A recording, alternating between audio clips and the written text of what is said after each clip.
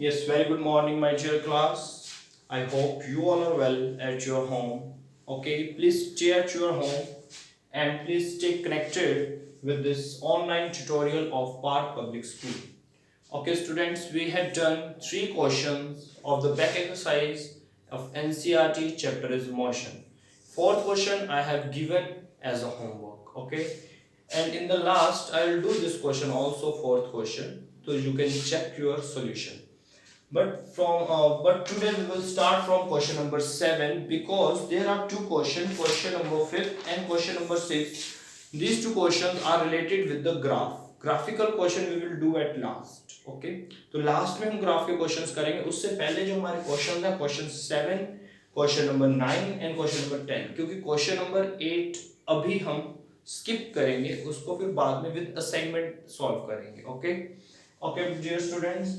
Then question number 7, please read. This is the important question and we had done one related question in the in-text exercise also.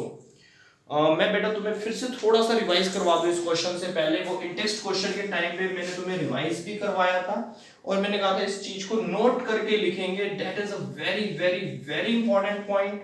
ये तुम्हारे लिए +1 +2 तक यही points चलने वाले हैं, तो फिक्स है, इनको याद रखेंगे. एक केस बेटे मैंने बताया था तुम्हें अपवर्ड का और एक बताया था डाउनवर्ड का.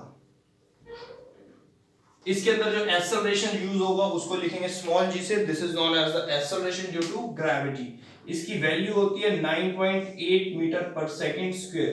Because what why we are putting here square, because this is the acceleration. Okay, और अप्रोक्सीमेटली वैल्यू जो हम लेकर चलते हैं वो लेते हैं 10 मीटर पर सेकंड स्क्वायर.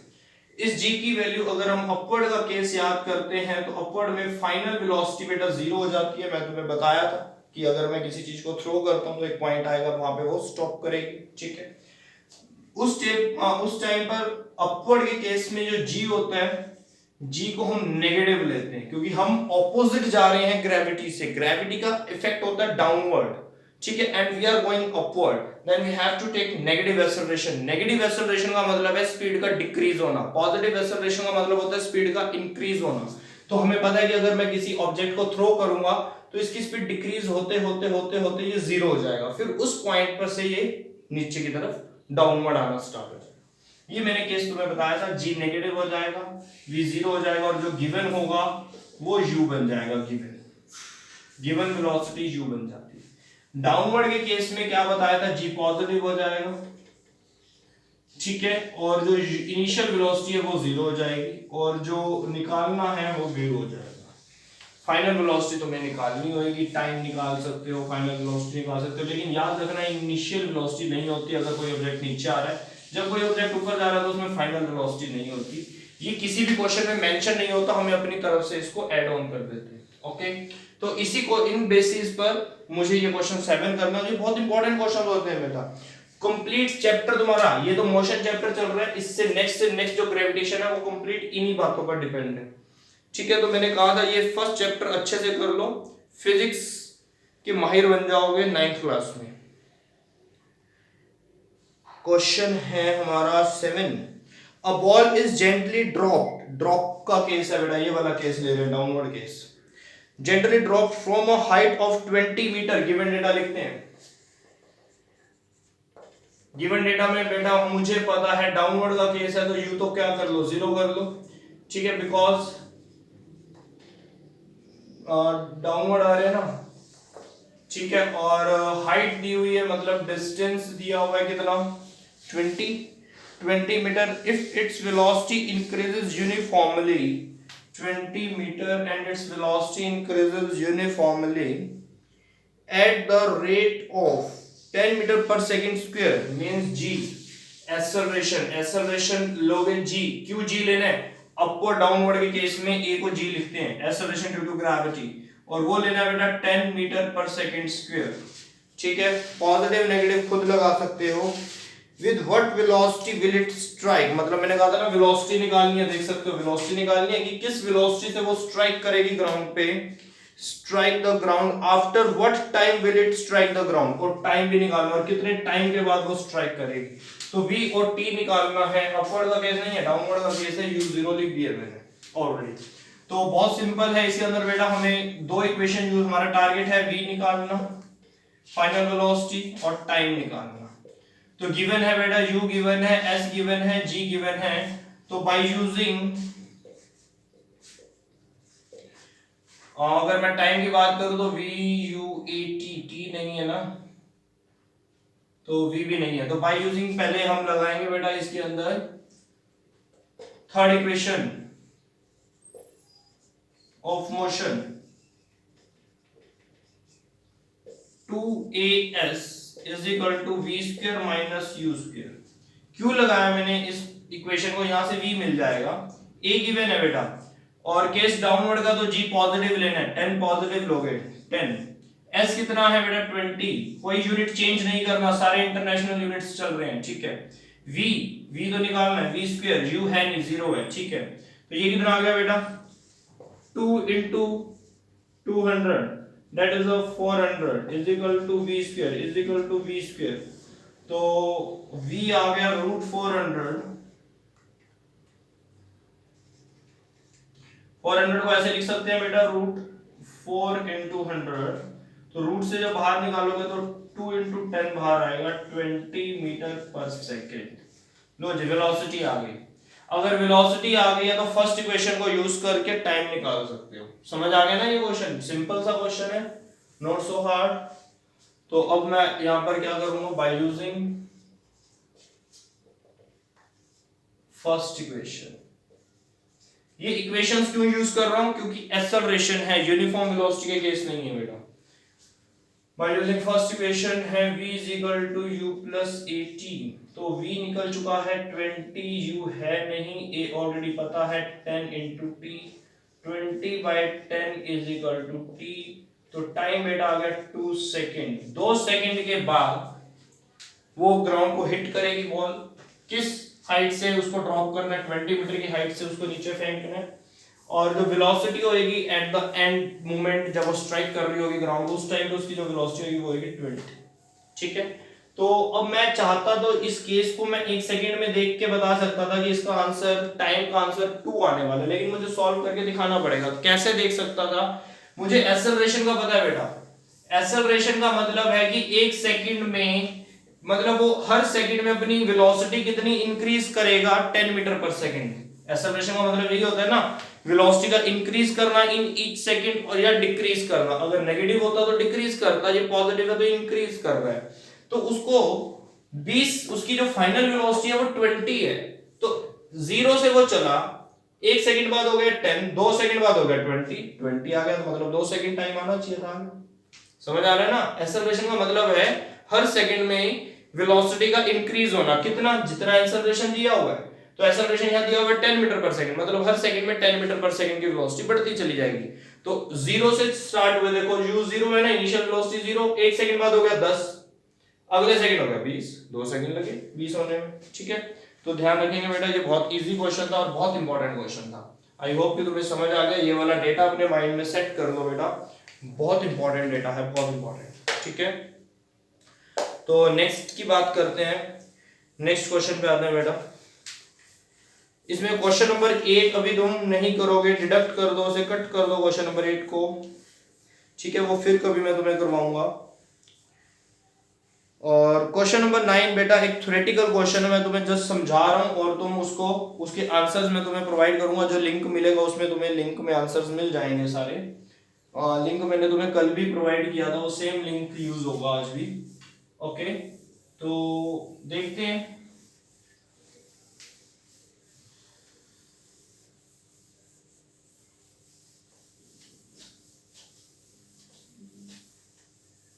क्या है वो, लेट्स सी।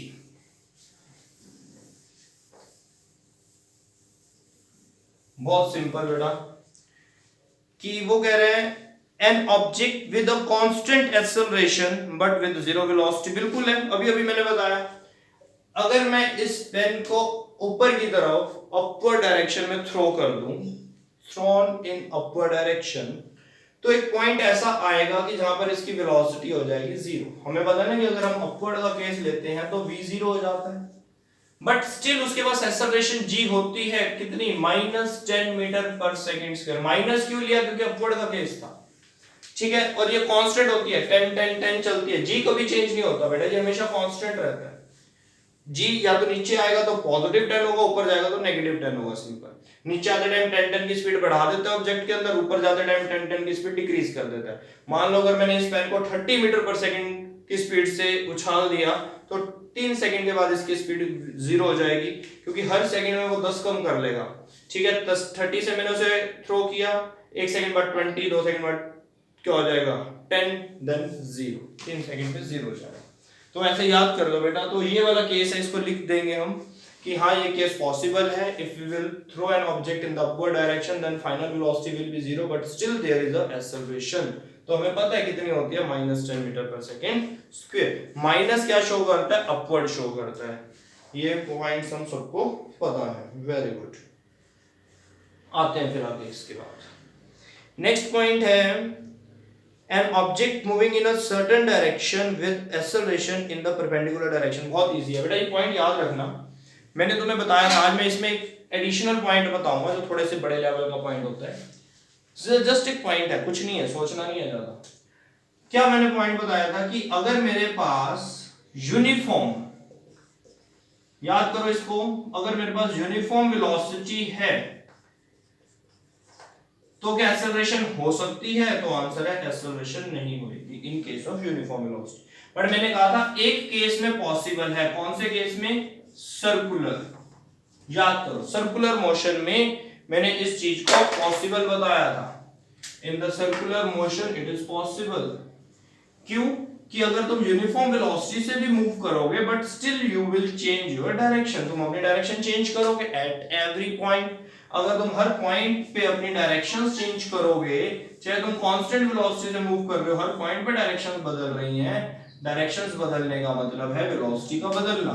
क्यों बदलना, वेलोसिटी वेक्टर क्वांटिटी है, वेक्टर क्वांटिटी में मैग्नीट्यूड के साथ साथ डायरेक्शन भी चेक की जाती है।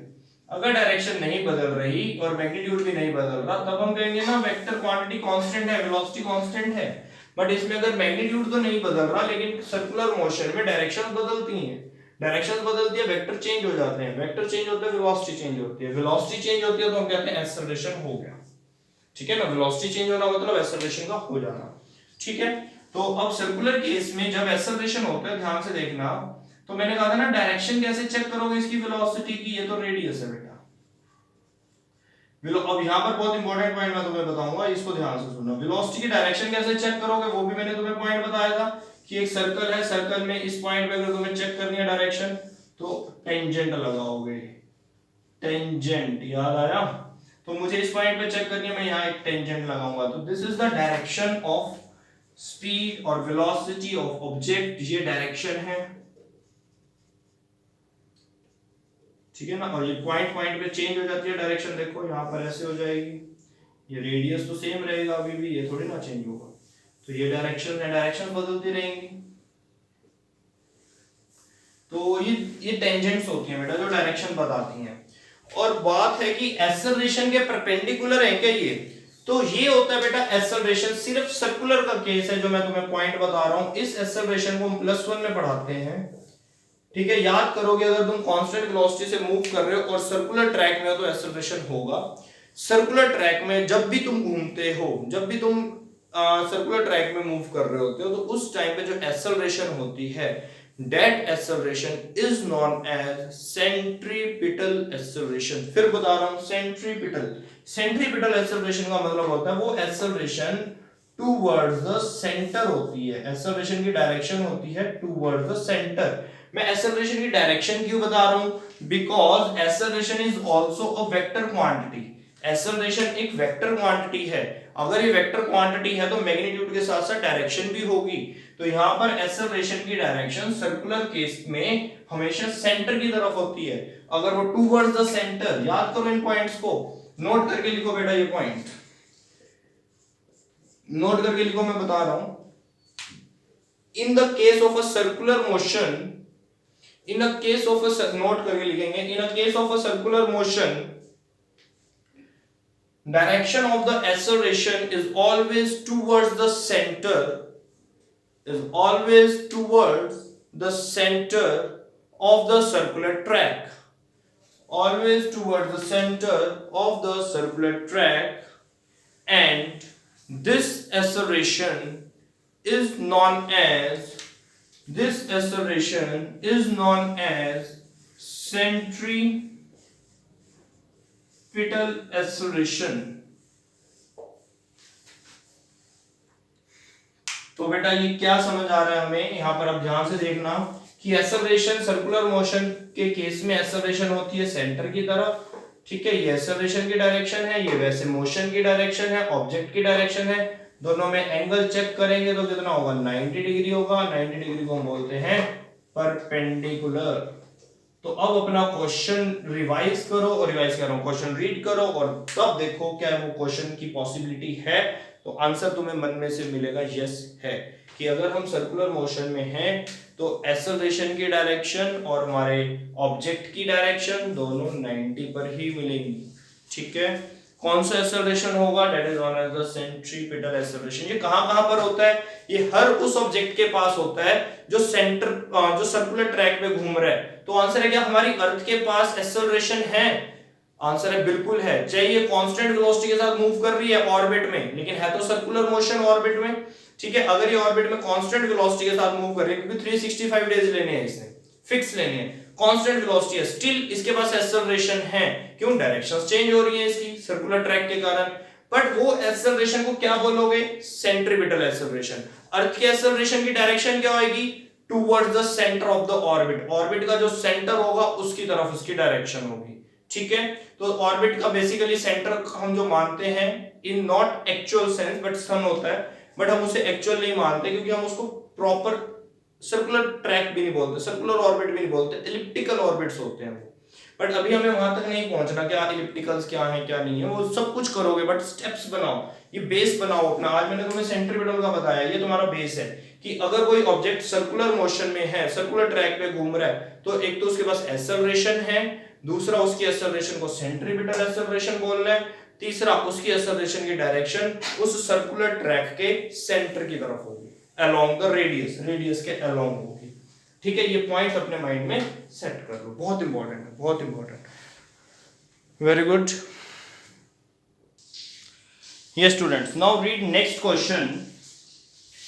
Next question is a very simple question, बेटा इसकी थोड़ी कैलकुलेशन तुम्हें हार्ड लग सकती है, लेकिन कैलकुलेशन के लिए मैंने तुम्हें सॉल्यूशन दिया हुआ है कि हमें कोई कंपल्शन नहीं है 100% कैलकुलेशन देना। हमारे को कहां पे कंपल्शन है कि वो काम करना ही करना है, वो है कि गिवन डेटा लिखना है, फॉर्मूला लगाना है, फॉर्मूला लगाने के बाद वैल्यूज पुट करनी है, वैल्यूज पुट करने के बाद हमें यूनिट लगाना नहीं भूलना। तो यहाँ पे कंपल्शंस हैं, उसमें हमारे फुल मार्क्स आ जाते हैं। तो आंसर है artificial satellite is moving in a circular orbit. देखो बेटा, revision, artificial satellite moving in a circular orbit, circular orbit, circular orbit में जब भी कोई ऑब्जेक्ट रिवॉल्व होगा, ठीक है, एक्सेलरेशन होगी, कौन सी, centripetal, direction towards the centre, okay. Radius दिया हुआ है सर्कुलर ऑर्बिट का 42,250 किलोमीटर। तो रेडियस गिवन है, सर्कुलर ऑर्बिट का रेडियस है 42,250 किलोमीटर, ये रेडियस है ऑर्बिट का। Calculate speed if it takes 24 hours to revolve around the earth. Time है बेटा 24 आवर, ठीक है। ये किलोमीटर पर आवर में आंसर निकाल देंगे तो इजी रहेगा, और स्पीड ही तो निकालनी है, तो निकाल लेते हैं। स्पीड का फॉर्मूला क्या लगेगा बेटा, डिस्टेंस अपॉन में टाइम, ठीक है। डिस्टेंस अपॉन में टाइम, तो डिस्टेंस है, हाँ डिस्टेंस कैसे निकालने, बेसिक पॉइंट, सर्कुलर ट्रैक है, सर्कुलर ट्रैक है तो रेडियस दिया हुआ है, तो उसका पूरा डिस्टेंस कैसे निकलेगा, तो आंसर है सर्कमफ्रेंस होती है 2 पाई आर, ठीक है। तो यहां पर मैं स्पीड में लिख देता हूं, no no no no no no 2 pi r, हाँ ठीक है ठीक है ठीक है, 2 पाई आर, ये डिस्टेंस हो गया, टाइम, डिस्टेंस हो गया 2 पाई हो गया, 3.14 लिख लेते हैं, रेडियस हो गया बेटा 42250, टाइम हो गया 24। नहीं कटिंग होती ब्रैकेट लगा के किलोमीटर पर आवर लिख दो, खत्म, डन। इतना सिंपल सा छोटा सा क्वेश्चन। ठीक है बेटा, ये क्वेश्चन हमारे कंप्लीट हो जाते हैं। तो दो क्वेश्चन रह गए हैं ग्राफ से रिलेटेड, तो ग्राफ के क्वेश्चन ओपन कर लो। क्वेश्चन नंबर रहता है हमारे पास 5 एंड 6, ये दो क्वेश्चन हैं। ठीक है, क्वेश्चन नंबर 8 हमने कैंसिल कर दिया था, कट कर दिया था, वो नहीं करना है। तो दो क्वेश्चन हैं हमारे पास 5th एंड 6th, ये है ना 5th एंड 6th, यस। तो बेटा देखते हैं दो क्वेश्चन को, और कल बेटा तुम्हारा टेस्ट होगा। सब मुझे प्रॉपर टेस्ट देंगे जिसमें तुम्हारा क्लास और सेक्शन मेंशन होना बहुत जरूरी है। ठीक है, और सभी अपने जब नोट्स भी सेंड करते हो तो क्लास सेक्शन सेंड किया करो सब। कोई क्वेरी लेते हो तब भी क्लास सेक्शन बताया करो बेटा, क्योंकि तुम्हारे फोन नंबर सेव नहीं है मेरे पास। ओके, तो मैं क्वेश्चन रीड कर रहा हूं बेटा। अ driver of a car travelling, ये बेटा ध्यान से देखना, ग्राफ देखना पड़ेगा जो ग्राफ गिवन है, वरना ये क्वेश्चन तुम्हें समझ नहीं आएगा, क्योंकि इसमें ग्राफ को देखना और समझना बहुत जरूरी है, बहुत जरूरी है। तो बहुत इजी होते हैं ये क्वेश्चन, इजी भी होते हैं और 95% ये क्वेश्चन आते भी हैं, ये भी याद रखना। पेपर में ज्यादातर ये क्वेश्चन मिलते हैं, ग्राफ वाले क्वेश्चन होते हैं और इजी भी होते हैं, बट एक बार समझो इनको। ठीक है, a driver of a car travelling at 52 kilometre per hour applies the brakes and accelerates uniformly in the opposite direction. अब वो ऑपोजिट डायरेक्शन में ट्रैवल करता है, कार स्टॉप्स इन 5 सेकंड, और 5 सेकंड बाद कार स्टॉप कर जाती है। Another driver going at 3 kilometre per hour in another car applies his brake slowly and stop in 10 second, वो 10 सेकंड में स्टॉप हो जाता है। On the same graph plot the speed versus time, VT graph बनाना है, speed versus time for the two cars, which of the two cars travel further after the brakes were applied. Okay, तो इसमें VT graph बनाना है first of all. ठीक है, graph given है, नहीं भी अगर गिवन होगा तो हम बना लेंगे। हम कैसे ग्राफ को ड्रॉ कर सकते हैं ये ध्यान देना जरा एक सेकेंड के लिए। क्वेश्चन को पढ़ते जाएंगे और ग्राफ को ड्रॉ करते जाएंगे, बहुत सिंपल है बेटा, बहुत सिंपल। क्वेश्चन मैं रीड करता हूँ। ये है बेटा v, वेलोसिटी लिखूंगा और इधर मैं लिखूंगा टाइम। ठीक है, और वेलोसिटी देखो किलोमीटर पर आवर में लिखी है, हाँ बिल्कुल किलोमीटर पर आवर्स में लिखी हुई है, तो टाइम हो जाएगा बेटा आवर्स में, वेलोसिटी हो जाएगी किलोमीटर पर आवर में। ओके,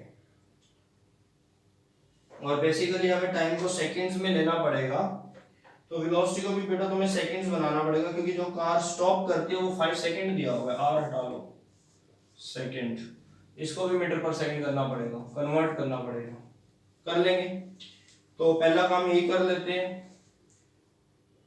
कार नंबर 1 जो स्पीड है 52 किलोमीटर पर आवर, इसको मीटर पर सेकंड बनाएंगे, 52 इंटू 1000, 60 इंटू 60, तो ये सॉल्व कर लेंगे तो ये आ जाएगा बेटा 14.4 मीटर पर सेकंड। ठीक है, सॉल्व कर लेना। ओके, नेक्स्ट कार देखते हैं, 34 किलोमीटर की स्पीड से आता है सेकंड कार, कार 2 जो स्पीड है v2, ये v1 ले लेते हैं, 34 इंटू 1000, 60 इंटू में 60, और ये आता है 9.4 मीटर पर सेकंड। लो जी, कार 1 एंड कार 2 दोनों की स्पीड मैंने तुम्हें बता दी है कि हमने कैसे चेंज किया। अब देखते हैं कि car applies the brakes and accelerate uniformly in the opposite direction, और the car stops in 5 second, और कार स्टॉप हो जाती है 5 सेकंड में। तो बेटा कितनी स्पीड तक जाना है, 15 तक आना है और उधर 10 तक जाना है। 1 2 3 4 5 6 7 8 9 10 बन गई। 1 2 3 4 5 6 7 8 9 10, यहाँ पे दो दो का ले लेते हैं, 2 4 6 8 10 12 14, 16। ये मीटर पर सेकंड है, क्योंकि टोटल तुम्हें 15 तक 14.5 तक चाहिए, ठीक है। और यहाँ पे तुम्हारा मैक्सिमम 10 तक चाहिए, और टाइम तुम्हारा 10 से ज्यादा तो नहीं है ना। चेक कर लो एक बार दोबारा से, टाइम 5 सेकंड 10 सेकंड, बस इससे ज्यादा नहीं है। एक तो आगे बना लो, चाहे 11, लो 11 तक बना दिया। सेकंड चलेगा, ये टाइम रहेगा सेकंड में, ठीक है। लो बेटा इतना तैयार कर दिया, तो पहली कार का देखते हैं जो 10 सेकंड में स्टॉप करती है। टाइम है इसका 10 सेकंड स्टॉप करने का। गाड़ी स्पीड अप नहीं हो रही है, गाड़ी स्लो हो रही है। स्लो हो रही है तो ऑलरेडी उसकी स्पीड कितनी है 14, तो यहां पर तो वो ऑलरेडी है 14 पॉइंट, ये 15 हो गया, यहां पर है वो ऑलरेडी इस पॉइंट पर। अब वो 10 सेकंड के अंदर अंदर अपनी स्पीड जीरो कर देता है, तो दैट मींस वो ऐसे आएगा, स्पीड कम करता करता करता करता 10 सेकंड में जीरो यहां पर। तो ये हमने ग्राफ ड्रॉ किया, स्केल से करेंगे। ये थोड़ा आगे चला गया मेरा, कोई बात नहीं, तुम स्केल से करोगे तो सही आ जाएगा। लो बेटा मैंने तो जबरदस्ती कर दिया। लो ये लाइन ड्रॉ हो गई है,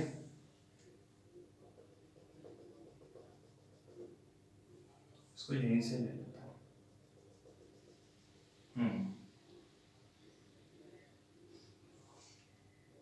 लो जी,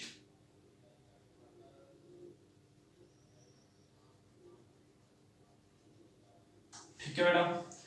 तो 14.4 पे था वो, करते करते करते करते डिक्रीज करते करते करते 10 पे जब वो आया 10 सेकंड के बाद उसकी स्पीड हो गई, यहाँ पर चेक करो स्पीड, ये स्पीड हो गई उसकी कितनी, जीरो, खत्म हो गई। ग्राफ आता है ना रीड करना।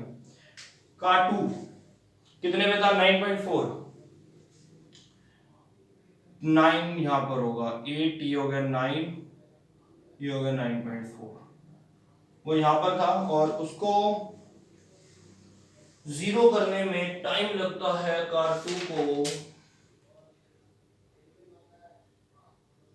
गलत बना दिया बेटा। कार फर्स्ट होती है 5 सेकंड में स्टॉप, सेकंड कार होती है 10 सेकंड में स्टॉप। ग्राफ गलत बन गया, ये 5 सेकंड में स्टॉप हो रही है, तो यहां पर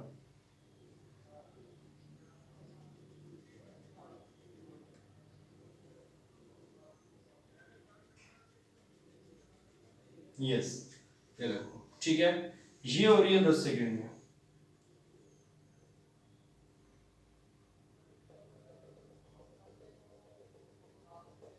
ये स्केल से करोगे बिल्कुल सही आ जाएगा, ठीक है।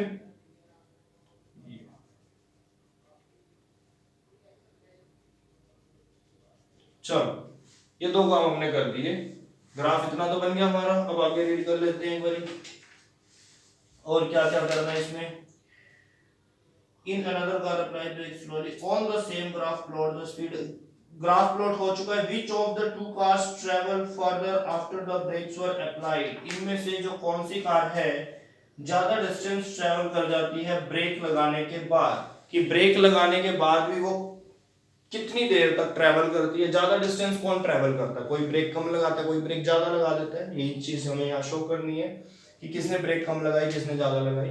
तो उसके लिए बेटा हमें डिस्टेंस कैलकुलेट करना होगा, और वीटी ग्राफ से क्या डिस्टेंस मिल जाता है, तो डिस्टेंस तो मिल जाएगा वीटी ग्राफ से। कैसे मिल जाएगा distance, area under the VT graph, very simple.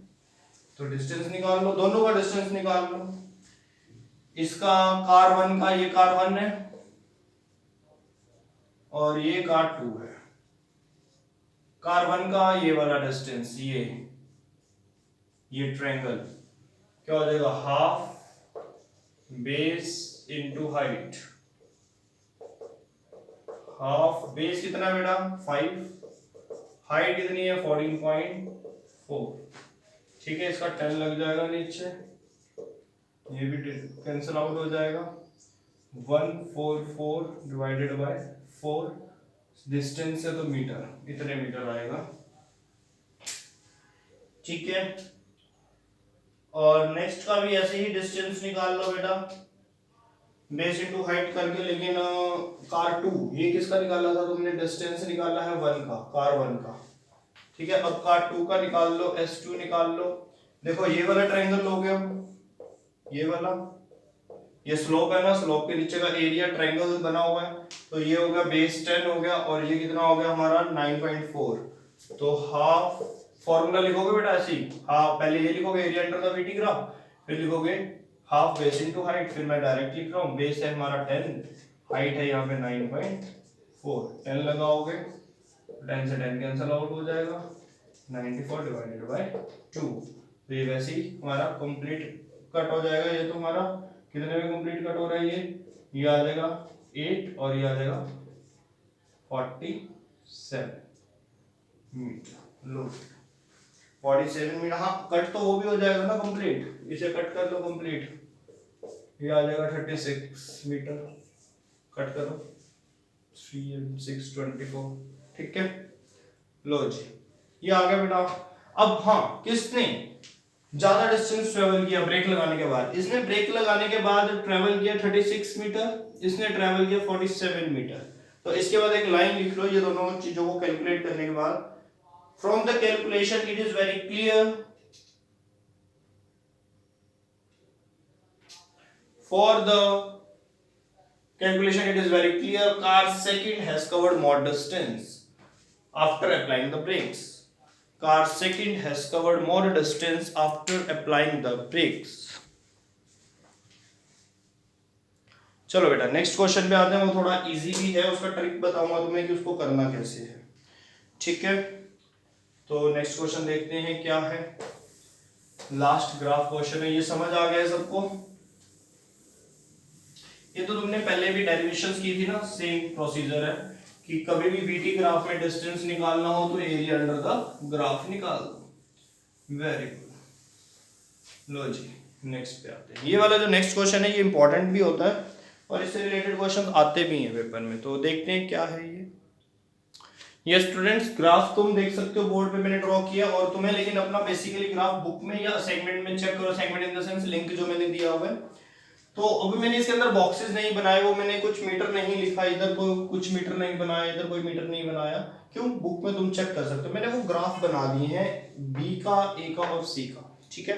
यहाँ पे 3 हमारे व्हीकल हैं बी ए एंड सी, और ये ओरिजिन है बेटा, ये इनिशियल वैल्यू इसकी 0 है, इसकी कुछ है और इसकी भी कुछ है इनिशियल वैल्यू, ठीक है। ये इतने टाइम के अंदर देखो इसका ट्रिक क्या है, जहां जहां पे तुम्हें इंटरसेक्शन मिलते हैं ना वहां पे लाइन, डॉटेड लाइन लगानी है स्केल से, जहां पर तुम्हें इंटरसेक्शन मिलता है, ये डॉटेड लाइन इधर, ये टाइम हो गया, और ये मेरे ख्याल से डिस्टेंस होगा, डिस्टेंस, ये एसटी ग्राफ है बेटा डिस्टेंस, तो एक डॉटेड लाइन इधर, ये काम तुम्हें करना है पेपर में भी अगर कोई क्वेश्चन आ जाता है तो, ठीक है, ताकि हम एग्जैक्ट रीडिंग पढ़ सकें वहां की क्या है, ये 2 रीडिंग आ गई, ठीक है ना, कि और उसके बाद फिर यहां पर एक इंटरसेक्शन आ रहा है, ये फिर एक यहां पे आ रहा है,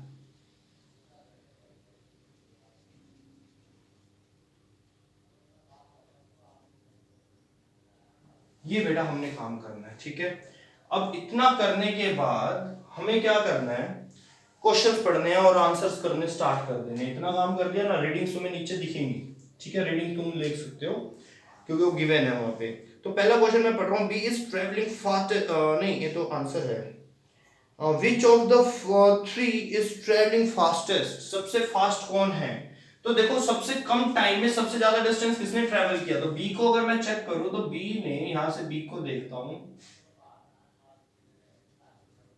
तो बी ने इतने ही टाइम में सबसे ज्यादा डिस्टेंस को ट्रेवल किया, मैंने सी को थोड़ा ज्यादा ऊपर तक बना दिया, पर बेसिकली सी ग्राफ में चेक करना बी से भी डाउन है, ये मैंने गलती से थोड़ा ऊपर बना दिया, ये सी, ठीक है। तो सबसे कम टाइम में, इतने टाइम में और इतना ज्यादा डिस्टेंस ट्रेवल किया है बी ने, तो मतलब सबसे फास्ट मूव करने वाला बी है। दूसरा हम कैसे चेक कर सकते हैं कि जिसका स्लोप सबसे शार्प स्लोप है और ओरिजिन से स्टार्ट हो रहा है और शार्प है स्लोप, मतलब डिस्टेंस बहुत ज्यादा ट्रेवल हो रहा है, टाइम बहुत कम लग रहा है, तो वो फास्टेस्ट होता है, तो बी इज फास्टेस्ट, ये फास्टेस्ट होता है। नेक्स्ट क्वेश्चन पे आते हैं, are all three ever at the same point on the road. यहाँ पर चेक करना बेटा कोई ऐसा इंटरसेक्शन है जिसमें तीनों इंटरसेक्ट कर रही हो लाइन, जैसे ये ऐसा कोई इंटरसेक्शन आया कि ए ने भी, सी ने भी और बी ने भी, तीनों ने एक जगह इंटरसेक्ट किया? कोई भी नहीं है। दो दो का आ रहा है, यहाँ पर इंटरसेक्शन दो लाइनों का हो रहा है, यहाँ पर दो लाइनों का हो रहा है, यहाँ भी। तो आंसर आ जाएगा नो। सेकंड का आंसर है कहीं पे भी नहीं है, नेवर। थर्ड आ जाओ, how far has C travelled when B passes A. क्या था, सी कितना ट्रेवल कर चुका था जब बी ने ओवरटेक किया ए को? आओ देखते हैं। बी ने ए को ओवरटेक करना है, तो यहां पे ओवरटेक किया बी ने, ये ए की लाइन है ना, ये लाइन है ए की, तो यहां पर ओवरटेक कर गया बी ए को। तो तब तक सी कितना ट्रेवल कर चुका था? सी ये रहा, तो यहां तक आया था सी। ठीक, उसके नीचे आ जाओ ना, तो उतनी ही देर में सी जो ट्रेवल कर चुका था वहां से लाइन लगाओ। यहां पर रीडिंग चेक करो क्या आ रही है तुम्हारी, वो पता चल जाएगा। बिल्कुल इंटरसेक्शन के नीचे आ जाओ सी पर, बिल्कुल नीचे सी के लाइन पे पॉइंट लगा के इधर से डिस्टेंस चेक करो कि उस टाइम तक जब बी ओवरटेक कर रहा था ए को, तो सी कितना ट्रेवल कर चुका था। तो ये वाली रीडिंग चेक कर लो बेटा। How far B travelled by the time it passes C. कहता बी कितना ट्रेवल कर चुका था जब सी को क्रॉस किया बी ने। बी ने सी को क्रॉस कब किया? यहां पर इंटरसेक्शन चेक करो, ये बी जा रहा है, ये सी की लाइन है, ये वाली लाइन सी की है, तो इस पॉइंट पे बी ओवरटेक कर गया सी को। ठीक है, तो जब वो ओवरटेक कर रहा था, पास कर रहा था सी को, तो बी कितना ट्रेवल कर चुका था, डिस्टेंस निकालना है बी का, तो इसके कॉरस्पॉन्डिंग यहाँ पे रीडिंग देख लो, आ जाएगा आंसर। ये दोनों रीडिंग चेक कर लो, आंसर आ जाएगा। तो ये इंटरसेक्शन पॉइंट से तुम्हें पता चल जाएगा, रीडिंग एग्जैक्ट पता चल जाएंगी। स्केल से डॉटेड डॉटेड कर लेना, ठीक है बेटा। तो ठीक है, ग्राफ की एक दो बार प्रैक्टिस करोगे आ जाएगा, बहुत इजी होते हैं क्वेश्चन। और प्रैक्टिस करो, जितने ज्यादा कर सकते हो प्रैक्टिस करो इनकी। तो all the best, have a nice day, and all the best for what purpose, all the best for your tomorrow's test. Okay, ठीक है बेटा, see you tomorrow and do your test very best. Thank you.